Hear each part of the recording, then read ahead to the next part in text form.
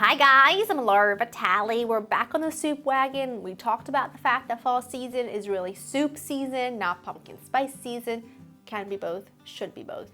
We love soups. I asked you what kind of soups you wanted to see on Instagram. You guys gave me a whole list. Number one was the tomato bisque, which we did. And then the runner up was split pea soup, which is shocking to me because split pea soup is so unbelievably easy, but it is so good. I have a recipe for it in my book. It's a tiny bit different in this video just because we're going ham, because I do love a lot of ham in my split pea soup. I'm just gonna be very honest. And I'm gonna show you how I make it when I'm not making it after a holiday where I have a big ham bone laying around. In my Dutch oven, I'm gonna add a little bit of olive oil. To it, I'm gonna add a few slices of smoked bacon. And the reason I'm adding the bacon is because bacon has a little smokiness to it, so the fat that it's going to render, I'm going to be able to saute my veggies in because I don't have a smoked ham bone. My grocery store doesn't sell a smoked ham bone. They do turkey, but I don't want turkey. I want ham. They don't have ham. So what I do is I get the smokiness from the bacon, and then I buy a big ham steak with the bone. It's so important that it's with the bone. And then I dice most of it, and then the part with the bone, I leave it sort of whole to dump it in there so all of that flavor can really transfer into my soup, and it's delicious. Split pea soup, easy. It's not only easy, but it's also really kind of economical, which we love. A bag of split peas will make an entire big giant soup pot, and I like to add some potatoes to mine. Like I said, lots of ham. If you are making this after Thanksgiving, if you're like someone like me, because I am so ridiculous and I always have to make a turkey and ham on Thanksgiving because it's me and I love ham and my sister loves ham. Then you always have leftover ham bone and leftover ham, or like specifically leftover ham bone with pieces of meat you kind of can't cut off. This is what you make with it. You let it cook low and slow. It brings out so much delicious flavor, and then that meat kind of falls off the bone, and it just leaves you with the most delicious flavor on the actual planet. Okay, all I'm doing is just getting this paper outer layer of the onion, and it's like, come on, I know you're trying to cling on for dear life, but give me a break.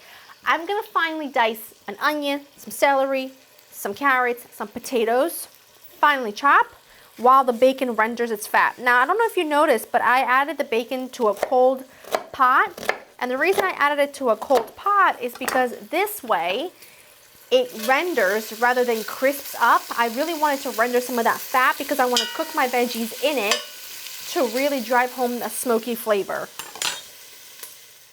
Bacon is out. You can see there's a good amount of bacon grease in my pan, and we can just assess and see how much there is. That's not enough for me to get rid of it because that's gonna give me just enough to, here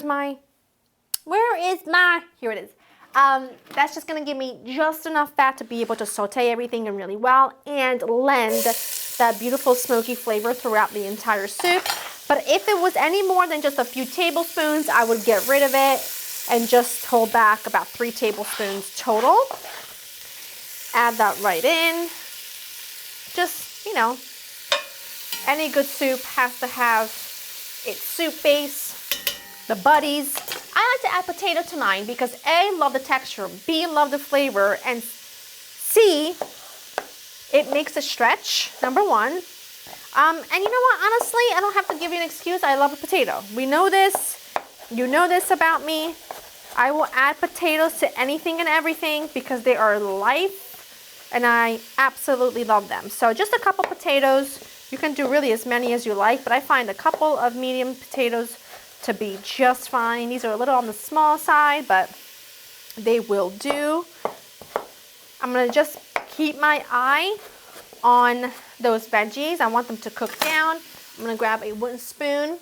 I want them to cook down, but I want them to do slowly. I don't want them to burn. I want them to really soften so that they melt into the soup because split peas only take about an hour to cook. So I wanna make sure I give them enough time to be nice and tender.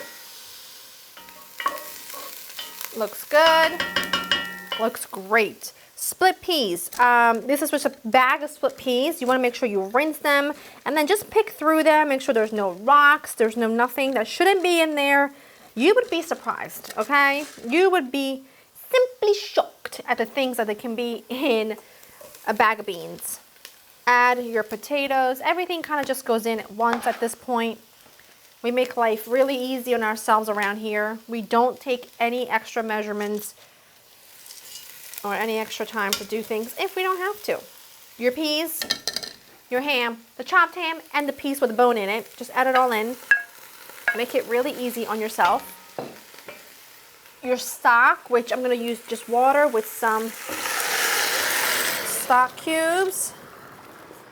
Beautiful. And this is going to turn into the most creamy, delicious, thick, beautiful pot of soup. 2 chicken bouillon cubes, because for some reason I could not find the powder version in my grocery store. I swear. Thyme. I take a bunch of thyme, literally a little bunch of thyme, and then I tie it with some twine. The leaves will fall off of it, and then I'm not having to strip everything off of it, and then I can just fish the whole thing out.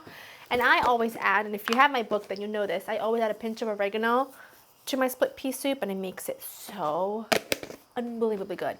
Bring it up to boil, lower the heat to low, lid on till the split peas are tender. It'll take about an hour or so. Keep an eye on it. It's pretty phenomenal, and I just can't wait for holiday season because then we have leftover ham, and with leftover ham, best make some split pea soup. But if you don't have some, bacon and ham works just as well. It's been a total of about an hour and a half. Everything looks incredible. The meat is literally so tender. Look at that. It just breaks apart like butter, which is exactly what we want. Is it the most visually appealing soup? It isn't. Do we judge a book by its cover? We do not. This is so delicious, you cannot even imagine. I have seasoned it with salt and pepper to my taste. Make sure you season after the soup is cooked because you don't know, especially if you're using ham, how much saltiness it's going to carry through your chicken stock. So I always like to taste at the end and then I'll season it, and it is just so delicious. If you wanted this thicker, use less stock. I like it soupy because as it sits, it does thicken, and I did make a big pot of it, so we'll be eating it for a couple of days. Potatoes, ham, the split peas have now turned into like delicious, gooey, yummy, soft puree of goodness.